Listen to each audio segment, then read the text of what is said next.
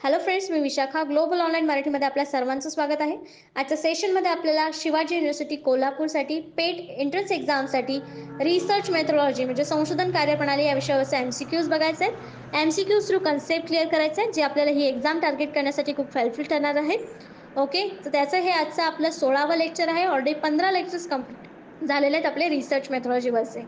Session start करण्यापूर्वी एक important सूचना किंवा संधी त्या स्टुडंटसाठी जे स्टुडंट्स या वर्षीची एक्झाम टार्गेट करत आहे शिवाजी युनिव्हर्सिटी पेट कोल्हापूर. ठीक आहे, या PhD एंट्रन्ससाठी जे तयारी करत आहेत त्यांच्यासाठी आम्ही एक फुल सिलेबस कोर्स घेऊन आलो. सेक्शन आहे रिसर्च मेथोडॉलॉजीवरचा, ज्याच्यामध्ये तुम्हाला मिळणार आहेत full syllabus notes, full syllabus mock test, full syllabus video lectures plus live lectures, 1500 plus MCQ PDF. म्हणजे या MCQ वेगळे प्रश्न असे तुम्हाला काही येणार नाहीत.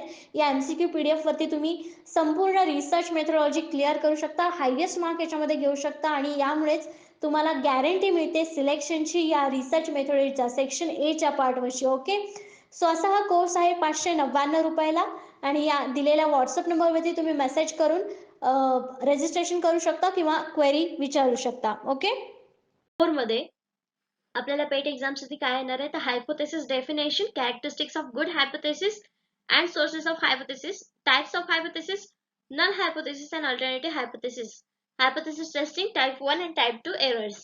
तर हे जे पॉइंट्स आहेत ते लास्ट लेक्चर मध्ये आपण काही पॉइंट्स कव्हर केलेत, जसे की अल्टरनेटिव्ह हायपोथेसिस, नल हायपोथेसिस, हायपोथेसिसचे टाइप्स वेगळे वेगळे, सिंपल हायपोथेसिस, हे जे प्रकार आहेत ते आपण बघितले लास्ट MCQs मधून, MCQs थ्रू लास्ट लेक्चर मध्ये.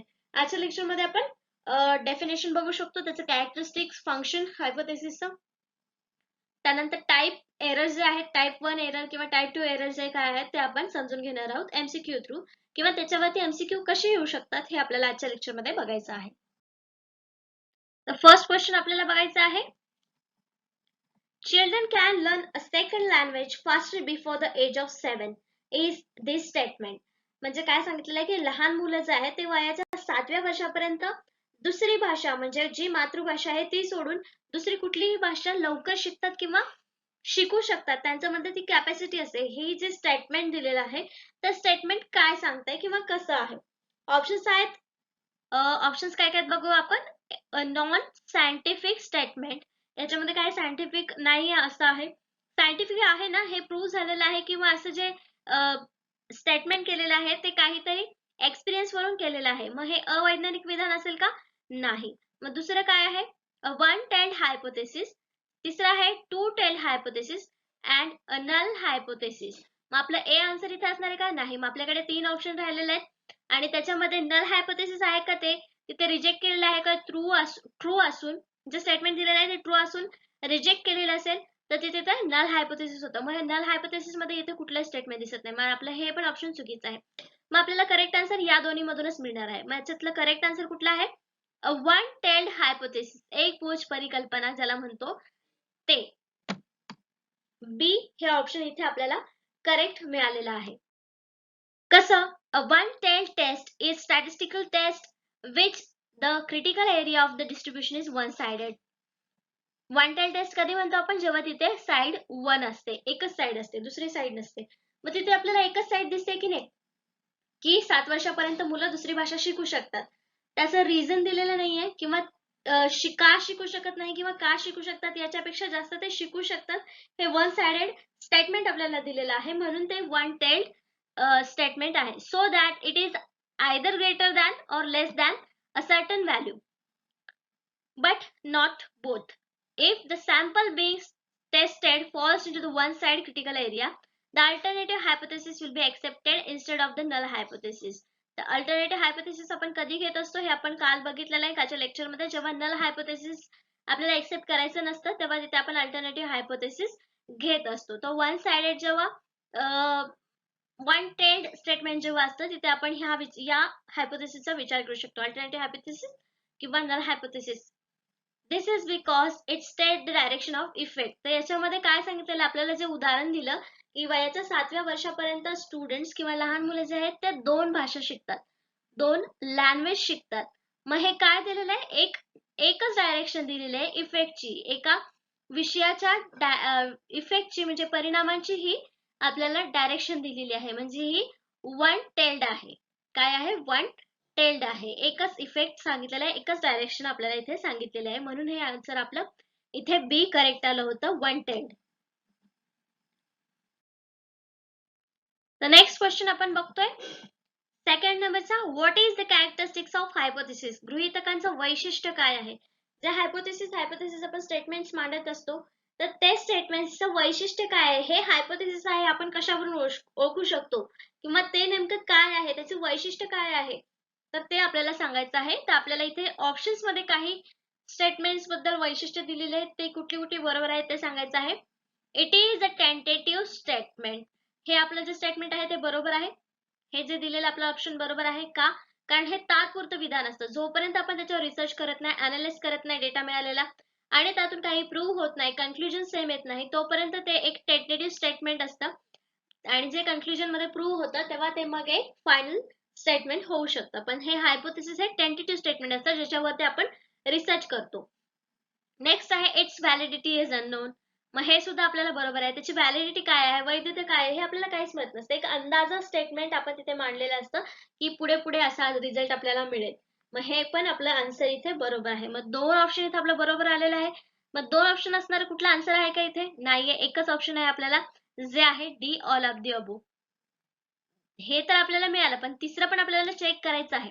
In the most cases it specifies a relationship between two और मोर व्हेरिएबल्स, बहुतांश घटनांमध्ये हे दोन किंवा अधिक व्हेरिएबल्स बद्दल संबंध निर्दिष्ट करते. मग हे पण स्टेटमेंट आपण लास्ट लेक्चर मध्ये चेक केलं होतं की हे जे आहे वैशिष्ट्य ते हायपोथेसिस आहे, किंवा हायपोथेसिसचं हे काम आहे की दोन व्हेरिएबल्स मधला रिलेशनशिप स्पेसिफाय करणं.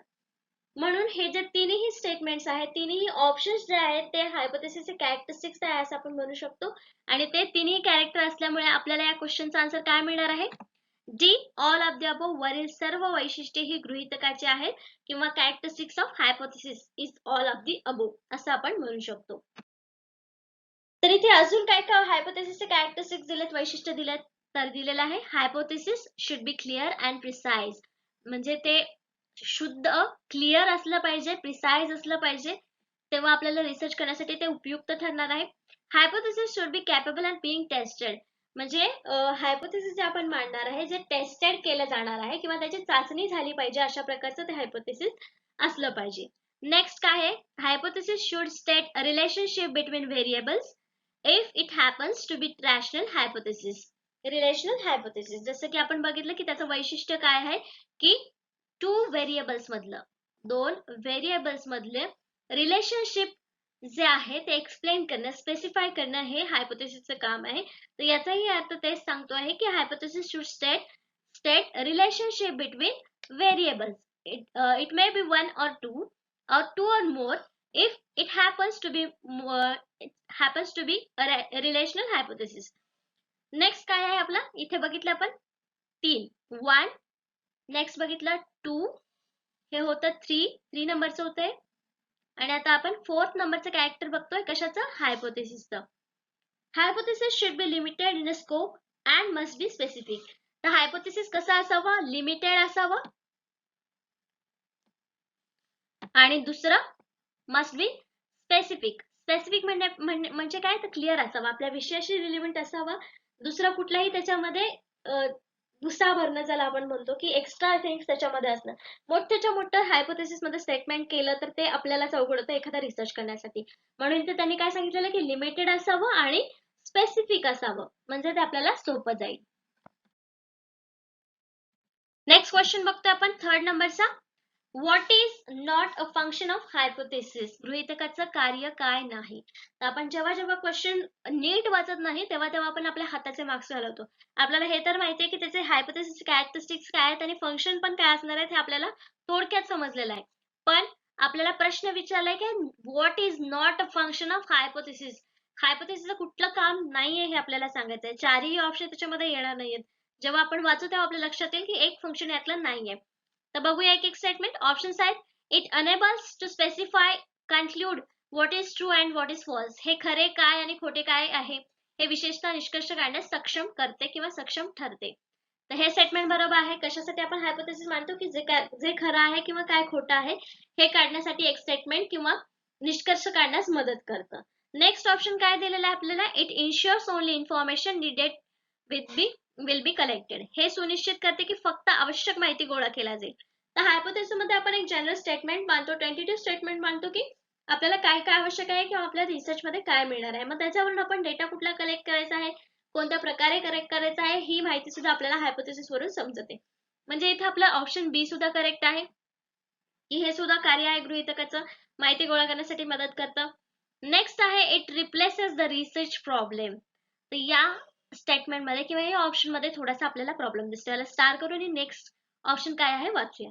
It provides focus to the research problem and enhance objectivity. हे संशोधन समस्येवर लक्ष केंद्रित करते आणि वस्तुनिष्ठता वाढवते. तर हे हायपोथेसिस बद्दल बरोबर आहे का, हे फंक्शन आहे का? तर हो, जो आपण रिसर्च प्रॉब्लेम निवडलेला आहे हायपोथेसिस मध्ये आपण तो मांडत असतो. म्हणजे तो संशोधन समस्येवर लक्ष केंद्रित करतो आहे. आणि शिवाय त्याच्यावरती वस्तुनिष्ठता का वाढवतोय, कारण त्यावरतीच आधारे आपण पुढचा रिसर्च करत आहे, म्हणून इथे त्याची वस्तुनिष्ठता वाढत आहे. मग डी ऑप्शन सुद्धा आपलं बरोबर आहे. हे तिन्ही कार्य आपल्याला जे आहे ते हायपोथेसिस दिसत आहेत, पण एक्सेप्ट सी काहीही असो पण रिसर्च प्रॉब्लेमला काहीच रिप्लेस करत नाही, कारण तो आपण खूप डीप स्टडी करून आपण सर्च केलेला असतो आणि त्यावरती आधारित आपल्याला सोल्युशन शोधण्यासाठी रिसर्च करावा लागतो. मग हे संशोधन समस्येची जागा घेऊ शकतं का हायपोथेसिस? नाही. मग हेच जे कार्य आहे, फंक्शन आहे, ते हायपोथेसिसचं नाही. म्हणजे आपलं करेक्ट आन्सर देते काय आहे ते सी.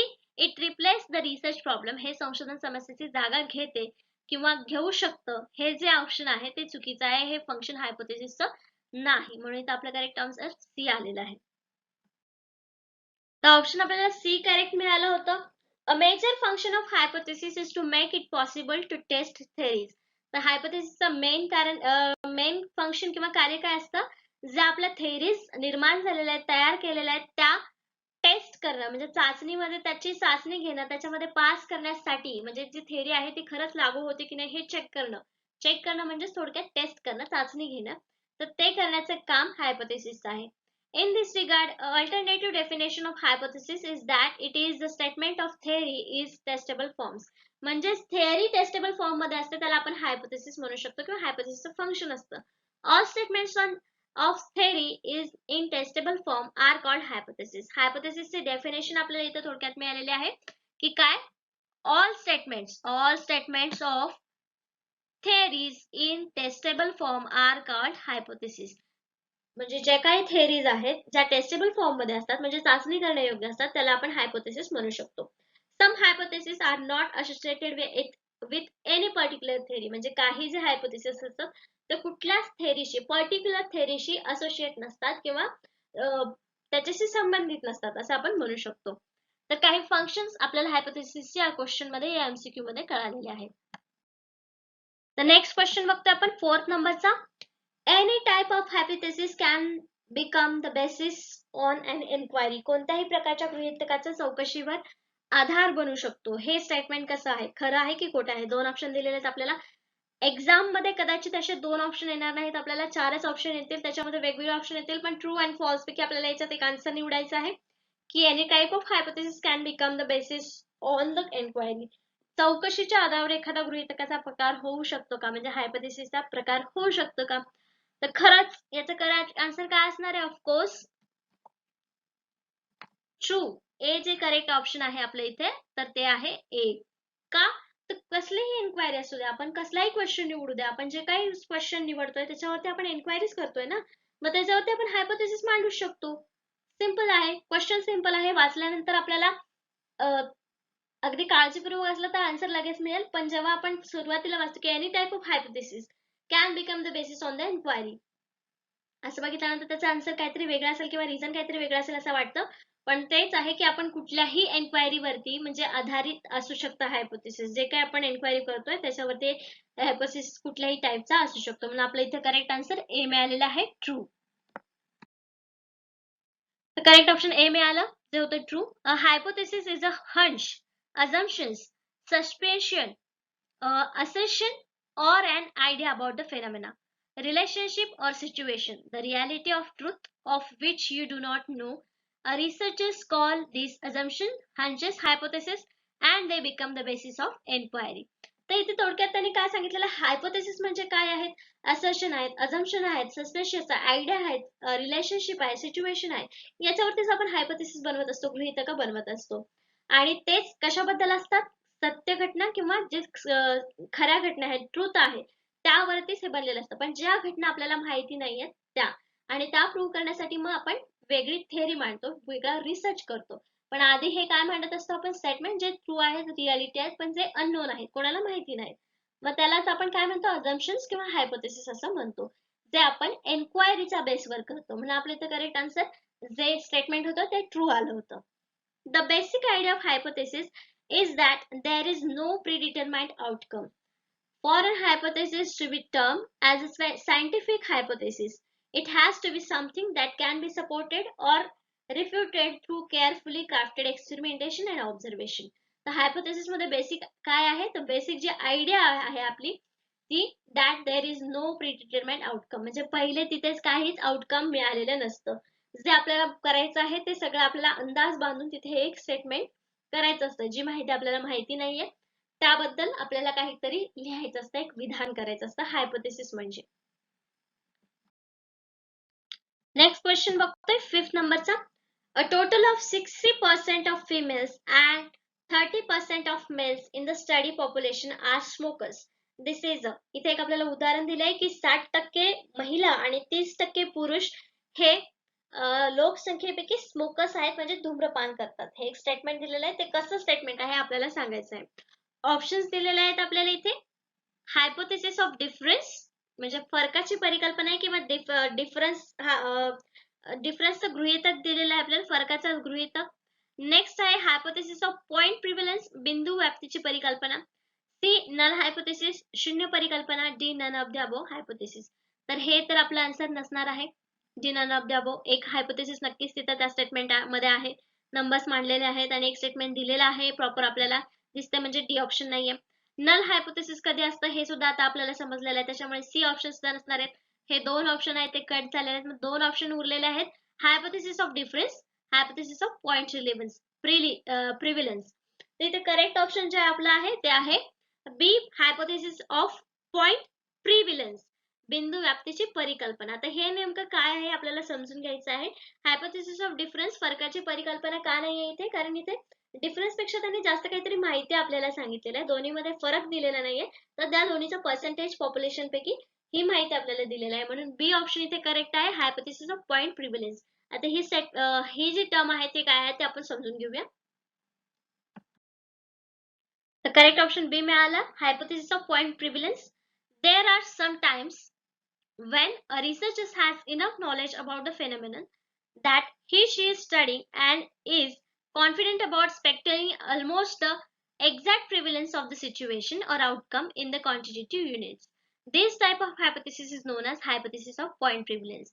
म्हणजे याच्यामध्ये काय आहे, जो रिसर्चर आहे त्याला त्याच्या सब्जेक्ट बद्दल, जो विषय त्याने निवडलेला आहे स्टडीसाठी, त्याबद्दल त्याला बऱ्यापैकी माहिती असते. म्हणजे त्याला अंदाज असू शकतो की पुरुषांपेक्षा महिला जास्त स्मोकर्स आहेत असं येऊ शकतं.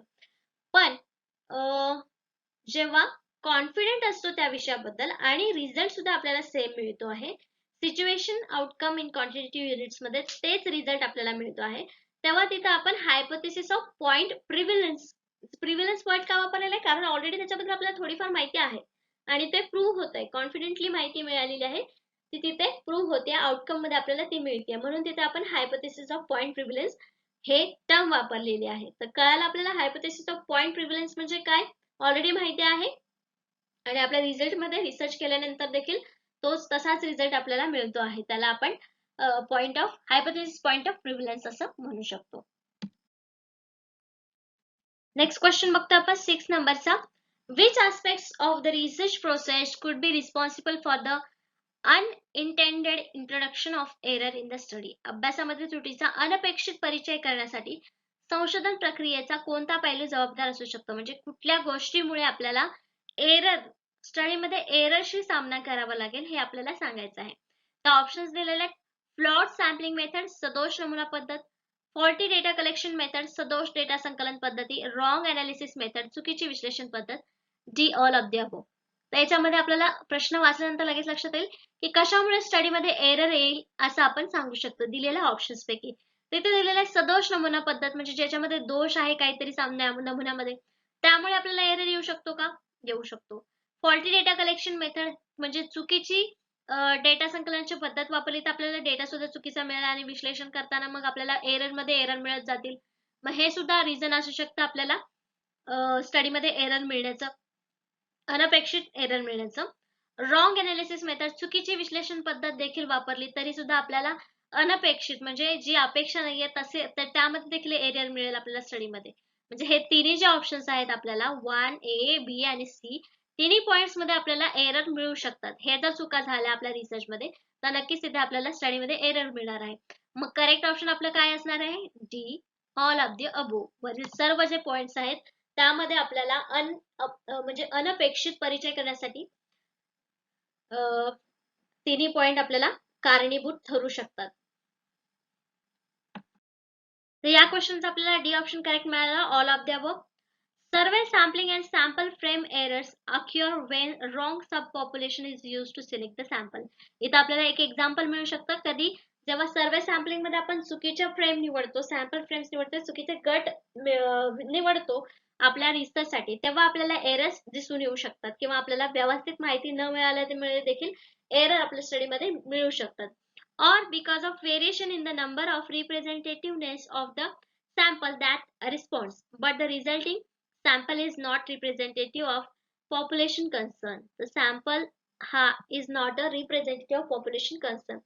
हा एक वेगळा गोष्ट झाला. हे एक उदाहरण आपल्याला दिले की एरर कशामुळे येऊ शकतात, पण जे आपण मागे पॉइंट्स बघितले ते सुद्धा आपल्याला एरर येण्यासाठी किंवा रिसर्च मध्ये स्टडी मध्ये एरर मिळवण्यासाठी कारणीभूत ठरू शकतात किंवा कारणीभूत ठरतात.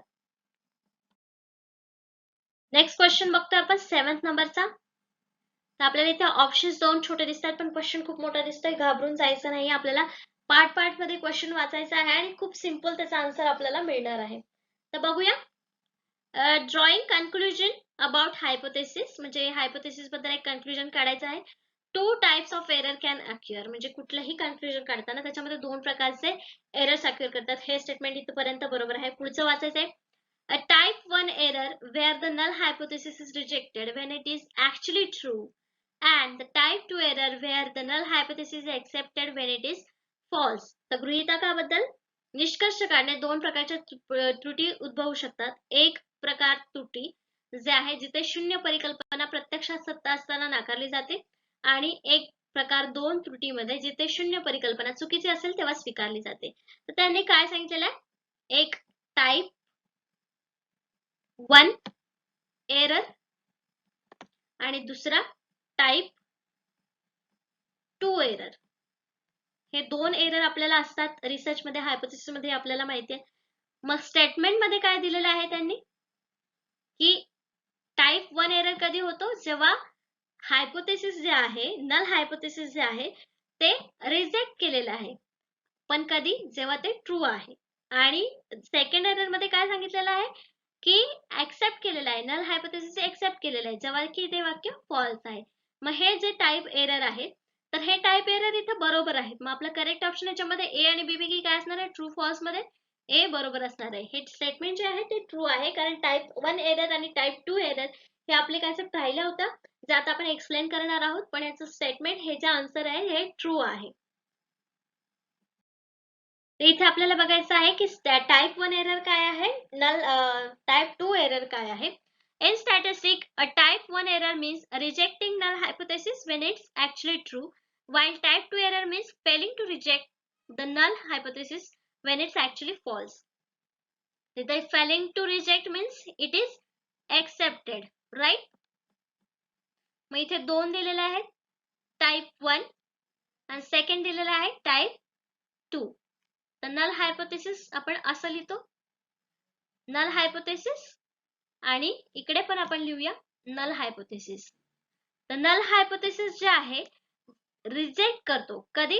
जेव्हा ते ऍक्च्युअली ट्रू असतं तेव्हा तो टाइप 1 एरर असतो. आणि नेक्स्ट मध्ये काय ते आपण नल हायपोथेसिस एक्सेप्ट करतो जेव्हा ते चुकीचं असतं किंवा फॉल्स असतं. तर हे जे 2 अपोजिट एरर्स आहेत हे आपल्याला लक्षात ठेवायचं आहे. ज्याच्यामध्ये नल हायपोथेसिस हा एक्सेप्ट करतो जेव्हा ते चुकीचं असतं तेव्हा तो टाईप 2 असतो. बरोबर? कन्फ्युज व्हायचं रिझन नाहीये, सिंपल आहे. टाईप 1 मध्ये आपण रिजेक्ट करतो हायपोथेसिस जरी ते खरं असलं तरी, आणि टाईप 2 मध्ये एक्सेप्ट करतो जरी ते चुकीचं असलं तरी. The risk of making type 1 error is significance level that you choose. That's a value that you set at the beginning of your study to access the statistical probability of obtaining your result. The significance level is usually set at significance level कुठे ठरलेले असते 5% ला 0.5. This means that your result only have 5% chance of occurring or less if the null hypothesis is actually true. To reduce the type 1 error probability, you can set a lower significance level. The significance level he concept आपण last lecture मध्ये समजून घेतली होती. त्याच्यावरती आपण type error कुठला आहे, 1 आहे की 2 आहे हे प्रोबॅबिलिटी वरून आपण त्याचा काढू शकतो. तर टाइप 1 एरर आणि टाइप 2 एरर हे कन्सेप्ट क्लिअर झाले असतील. नेक्स्ट क्वेश्चन बघतो आपण 8 नंबरचा. If we reject the null hypothesis we might be making. तर टाइप 2 आणि टाइप 1 एरर आपल्याला समजलेले आहेत. त्यापैकी कुठला आन्सर इथे असणार आहे हे आपल्याला सांगायचं आहे. जेव्हा नल हायपोथेसिस आपण रिजेक्ट करतो, कधी रिजेक्ट करतो? टाइप 1 एरर कधी येतो? जेव्हा ते आपण रिजेक्ट करतो खरं असताना, आणि जेव्हा एक्सेप्ट करतो चुकीचं असताना तेव्हा टाइप 2 एरर येतो. हे तर आपल्याला समजलं. मग इथे सांगितलं की we reject the null hypothesis we might be making. जर आपण शून्य परिकल्पना नाकारली तर आपण कदाचित बनवत असू. काय बनवत असू? इथं ऑप्शन्स दिलेले आहेत. Type 1 error, type 2 error, a correct decision और अनप्रिडिक्टेबल अनअपेक्षित. त्याचं करेक्ट आन्सर काय असणार आहे? टाइप 1 एरर इथे सांगितलं की जे स्टेटमेंट आहे म्हणजे नल हायपोथेसिस हे ट्रू आहे जेव्हा आपण रिजेक्ट केलंय. टाइप एरर 1 नाहीये तिथं कारण त्यांनी ट्रू आहे सांगितलेलं नाहीये. टाइप 2 एरर आहे का? नाही, कारण तिथे नल हायपोथेसिस त्यांनी एक्सेप्ट केलेलं नाहीये. आणि नंतर सी ऑप्शन आहे करेक्ट डिसिजन. पुढचं काहीच त्यांनी दिलेलं नाही की स्टेटमेंट 1 आहे की 2 आहे, म्हणजे तिथे आपण कुठलाही एरर बनवत नाही किंवा योग्य निर्णय घेत नाहीये. मग आपलं करेक्ट आन्सर इथे एकच असणार आहे, जे आहे डी, अनप्रिडिक्टेबल अनअपेक्षित. जे उत्तर आहे पुढचं ते पूर्ण स्टेटमेंट झाल्याशिवाय आपल्याला कळणारच नाही. We might be making unpredictable म्हणजे अनपेक्षित तिथं आन्सर असू शकणार आहे. म्हणून आपलं करेक्ट आन्सर इथे डी आलेला आहे. तर डी ऑप्शन आपल्याला मिळालं होतं करेक्ट, जे होतं की अनपेक्षित अनप्रिडिक्टेबल. तर ते आहे if there is a less than a 5% chance of result as extreme as sample result if the null hypothesis were true. म्हणजे त्यांनी पण सांगितलं की तिथे काही 5% चान्स असते की null hypothesis हे ट्रू आहे, तर तिथे 1 एरर टाइप हा तयार झाला असता. पण तिथे हायपोथेसिस रिजेक्ट केलेला आहे पण तो ट्रू आहे की फॉल्स आहे हे देखील आपल्याला सांगितलेलं. मग कुठलाही एरर तिथे होत नाहीये किंवा आपला डिसिजन खरा आहे किंवा चुकीचा आहे किंवा हे सुद्धा आपल्याला सांगता येत नाहीये. आणि त्यामुळेच आपलं क्वेश्चन होतं की रिझल्ट आन्सर जे होतं ते होतं अनप्रिडिक्टेबल अनअपेक्षित. When this happens the result set to be statistically significant. मग याला आपण काय म्हणू शकतो? असं जेव्हा सिच्युएशन येतं तर null hypothesis rejected when there were null hypothesis were true, हे जेव्हा येतं तेव्हा तो स्टॅटिस्टिकली सिग्निफिकंट असतो आणि तिथे कुठलाही एरर आपल्याला सांगता येतो. म्हणून हा स्टॅटिस्टिकली सिग्निफिकंट लेवल असतो किंवा सिग्निफिकंट रिझल्ट असतो असं आपण इथे म्हणू शकतो. नेक्स्ट क्वेश्चन बघतो आपण 9th नंबरचा. Null and alternative hypothesis are statement about. शून्य आणि पर्यायी गृहीतके याविषयी विधाने असतात. कशाविषयीचे असतात हे आपल्याला सांगायचं आहे. लास्ट लेक्चर मध्ये आपण बघितलं नल हायपोथेसिस म्हणजे काय आणि अल्टरनेटिव्ह हायपोथेसिस म्हणजे काय, ती कधी यूज केली जातात ते सुद्धा आपण लास्ट लेक्चर मध्ये बघितलेले आहेत. इथे ऑप्शन दिले आहेत की हे स्टेटमेंट कशाबद्दल असतात. ऑप्शन्स आहेत population parameters, sample parameters, sample statistics, it depends, sometimes population parameters and sometimes sample statistics. म्हणजे कधी कधी हे पॉप्युलेशन वरती आधारित असतात, कधी कधी सॅम्पल स्टॅटिस्टिक्स असतात. तर हे चुकीचं आहे. सॅम्पल स्टॅटिस्टिक्स वर पण नाही, मग सॅम्पल पॅरामीटर्स वर नाही. हे कशावर आधारित असतात? ए पॉप्युलेशन पॅरामीटर्स, लोकसंख्या मापदंड. मग करेक्ट आन्सर आपल्या इथे काय आहे? ए पॉप्युलेशन पॅरामीटर्स. का? सॅम्पल पॅरामीटर्स, सॅम्पल स्टॅटिस्टिक्स आणि बाकीच्या तिन्ही मग ऑप्शन जे आहेत ते पॉप्युलेशन वरती नंतर पुढच्या गोष्टी आहेत. पॉप्युलेशन निवडल्यानंतर मग सॅम्पल्स आपण त्यातून घेत असतो. म्हणून नल हायपोथेसिस आणि अल्टरनेटिव्ह हायपोथेसिस हे स्टेटमेंट पॉप्युलेशन पॅरामीटर्सशी रिलेटेड आहेत किंवा त्यावर आधारित ही गृहीतक आहेत, विधाने आहेत. म्हणून आपला करेक्ट आन्सर इथे आपल्याला ए मिळालेला आहे. ए ऑप्शन करेक्ट मिळाला आपल्याला. The null and alternative hypothesis are two mutually exclusive statements about the population. तर हे दोन्ही जे स्टेटमेंट्स आहेत ते कशाशी रिलेटेड आहेत? पॉप्युलेशनशी. A hypothesis test uses sample data to determine whether to reject The null hypothesis, the alternative hypothesis is what you might believe to be true or hope to be proved true.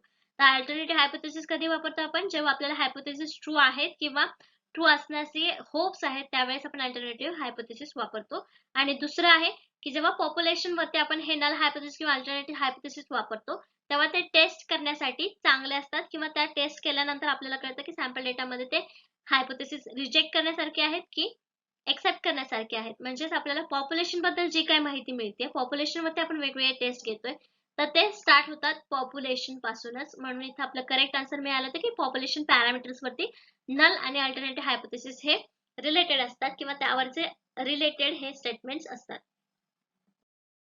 Next question बघतो आपण 10th नंबरचा. A type 1 error occurs when we. त्रुटी एक प्रकार एक त्रुटी येते जेव्हा येते आपण जेव्हा काय करतो.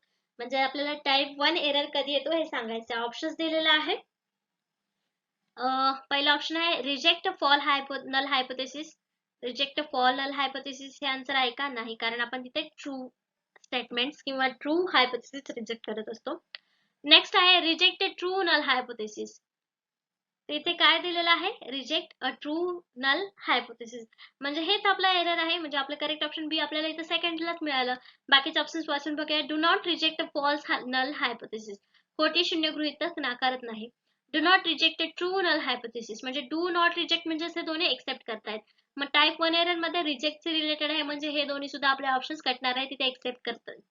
हे आहे fail to make a decision regarding whether to reject a hypothesis or not. म्हणजे इथे डिसाइड न करणं म्हणजे टाइप 1 एरर आहे का? नाही. म्हणजे हे चार ऑप्शन्स गेलेले आहेत आणि आपल्याला एकच करेक्ट आन्सर मिळालेला आहे. टाइप 1 एरर आपल्याला समजलाय जिथे नल हायपोथेसिस हे रिजेक्ट केलं जातं जरी ते खरं असतं ना. इथे टाइप 1 एरर आहे म्हणजे आपला ऑप्शन करेक्ट बी आहे. Reject true null hypothesis. खरी शून्य गृहीतक नाकारा किंवा नाकारलं जातं तेव्हा तिथे टाइप 1 एरर अक्युअर होतं किंवा टाइप 1 एरर आपल्याला दिसून येतो. तर आपल्याला ऑप्शन करेक्ट बी मिळालं होतं आणि आपल्याला आता बऱ्यापैकी समजलं की टाइप 1 एरर काय टाइप 2 एरर काय. तरी पण इथे आपल्याला एक्सप्लेनेशन दिलेलं आहे. Type 1 error corresponds to the rejecting null hypothesis when null hypothesis is actually true. बरोबर. इथे टाइप 1 एरर आपल्याला सांगितलं. And type 2 error correspond to the accepting null hypothesis when there is null hypothesis false. Hence, four possibilities may arise. The null hypothesis is true, but the test rejects it. Type 1 error. तर अशा प्रकारे type 1 error इथे काय आपल्याला समजलंय. तसेही आपण type 1 error आणि type 2 error आता चांगल्या प्रकारे लक्षात ठेवलेले आहेत. एखादं एक्झाम्पल जरी आपल्याला दिलेलं आहे तिथे आणि त्याच्यातून कुठला हायपोथेसिस आहे हे म्हणजे एरर कुठला आहे हे जर सांगायचं झालं तर आपण सहजपणे सांगू शकतो. एवढा क्लिअर आपण टाइप 1 एरर आणि टाइप 2 एरर इथे केलेले आहे. हायपोथेसिसचे प्रकार आपण वेगळे बघितलेले आहेत लास्ट लेक्चर मध्ये. तर अशा प्रकारे आजचे 10 प्रश्न आणि 10 कन्सेप्ट इथेच आपल्याला संपलेले आहेत. आपण लास्ट लेक्चर मध्ये देखील हायपोथेसिस वरचे क्वेश्चन बघितले होते एमसीक्यूज आणि त्यातून काही कन्सेप्ट क्लिअर केलं होतं. जसे की आपण डेफिनेशन्स बघितली होती हायपोथेसिसची काय करू शकतो त्याचे कॅरेक्टरिस्टिक्स बघितलं होतं. अल्टरनेटिव्ह हायपोथेसिस काय, सिंपल हायपोथेसिस काय, सिग्निफिकन्स लेवल्स म्हणजे काय, हे सगळ्या ज्या गोष्टी आहेत त्या एमसीक्यू मधून आपण क्लिअर केलेल्या आहेत. आणि आजच्या लेक्चर मध्ये देखील type 1 error, type 2 error, function of the hypothesis, characteristics of hypothesis ह्या सगळ्या ज्या गोष्टी आहेत त्या आपण या लेक्चर मध्ये क्लिअर केलेल्या आहेत. नेक्स्ट लेक्चर मध्ये आपण नेक्स्ट युनिट वरचे क्वेश्चन्स बघणार आहोत. एमसीक्यू थ्रू आपल्या कन्सेप्ट क्लिअर करण्याची सिरीज आपण चालू ठेवणार आहोत. आजच्या सेशन साठी धन्यवाद.